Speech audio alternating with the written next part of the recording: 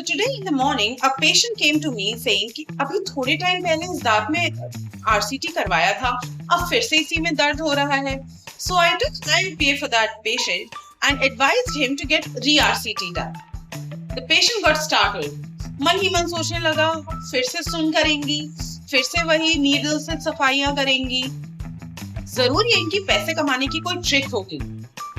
Hello friends, this is Dr. Pooja Sanwal and today we'll be discussing on re-RCT.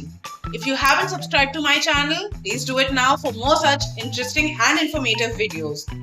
So, re-RCT कब करवाते हैं? अगर आपके दांत में सेंसिटिविटी है, RCT होने के बाद भी ठंडा गर्म लगता है, उस केस में हम re-RCT करवाते हैं.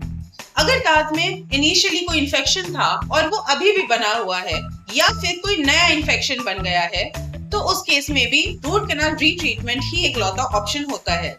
जिस दांत में आपने RCT कराया, अगर उस दांत में अभी भी आपको पेन बना हुआ है, तो उस केस में भी हम re-RCT करते हैं.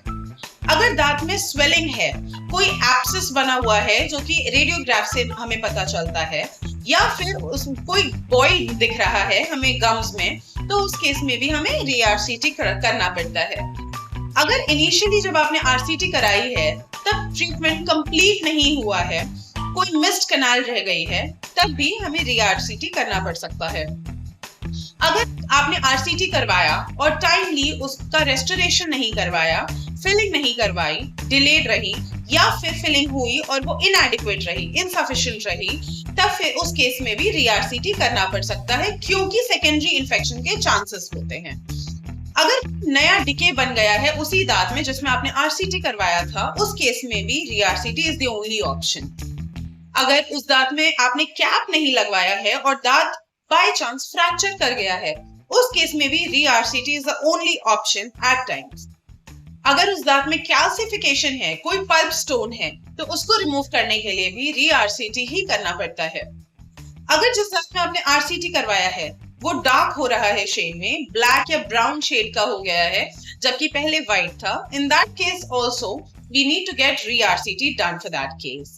Stay tuned for further videos जिसमें कि we'll discuss indications, contraindications, causes, advantages, disadvantages and some alternate options for root canal retreatment.